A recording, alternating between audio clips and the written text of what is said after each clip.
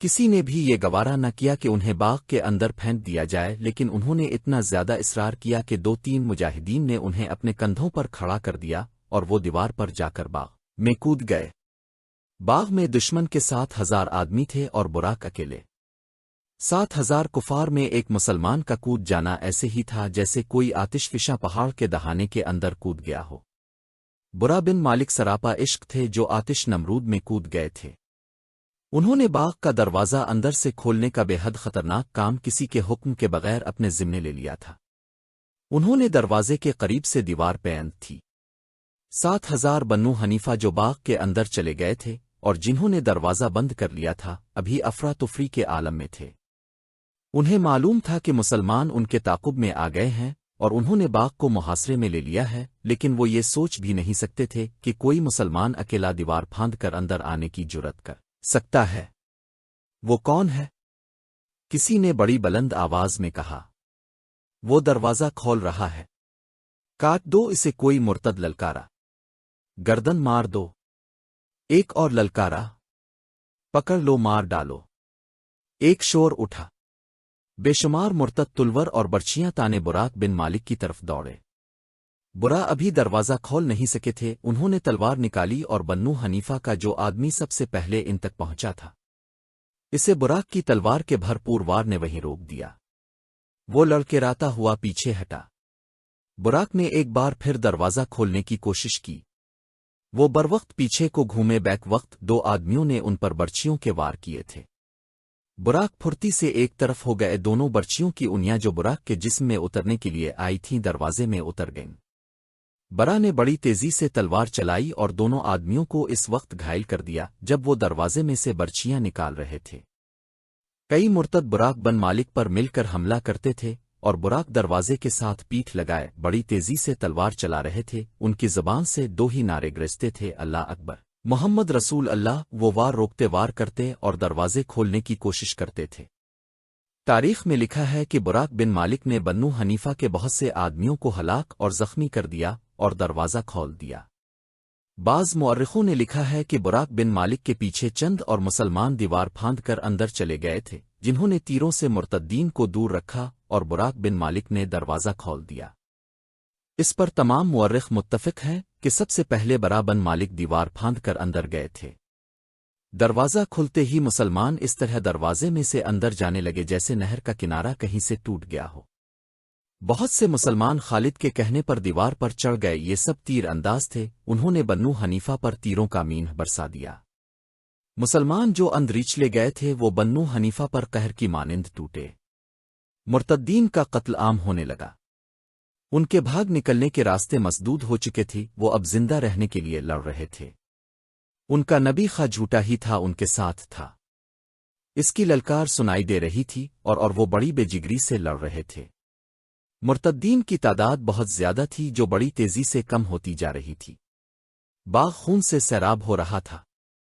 خالد کے ذہن میں یہی ایک ارادہ تھا کہ مسیلمہ کو قتل کیا جائے ورنہ لڑائی ختم نہیں ہوگی، لیکن مسیلمہ کہیں نظر نہیں آ رہا تھا۔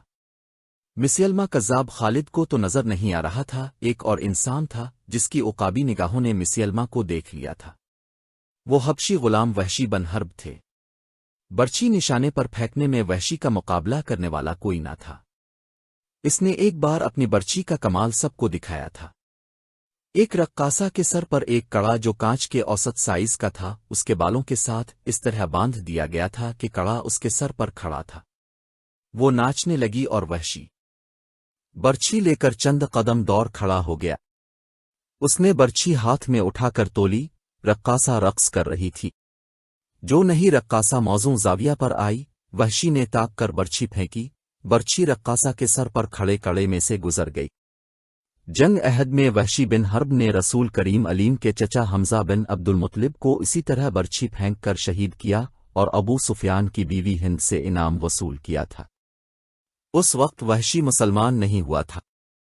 فتح مکہ کے بعد اس نے اسلام قبول کر لیا تھا۔ اب مسلمہ کذاب کے خلاف جنگ میں وحشی مسلمانوں کے لشکر میں تھا۔ باغ کے خونریز مرکے میں اس نے مسلمہ کو دیکھ لیا تھا۔